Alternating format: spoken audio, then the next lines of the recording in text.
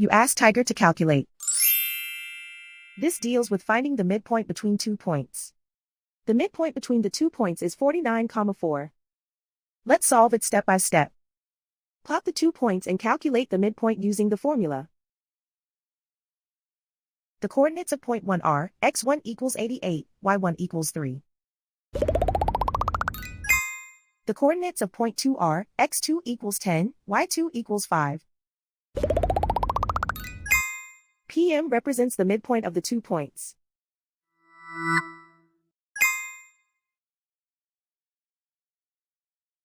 Use the x values in the midpoint formula to find the midpoints x. x1 equals 88. x2 equals 10.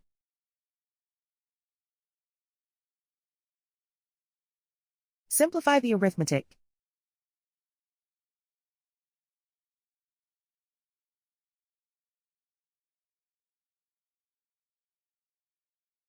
Use the y values in the midpoint formula to find the midpoints y. y1 equals 3.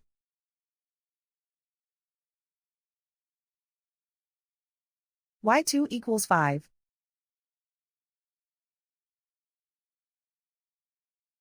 Simplify the arithmetic.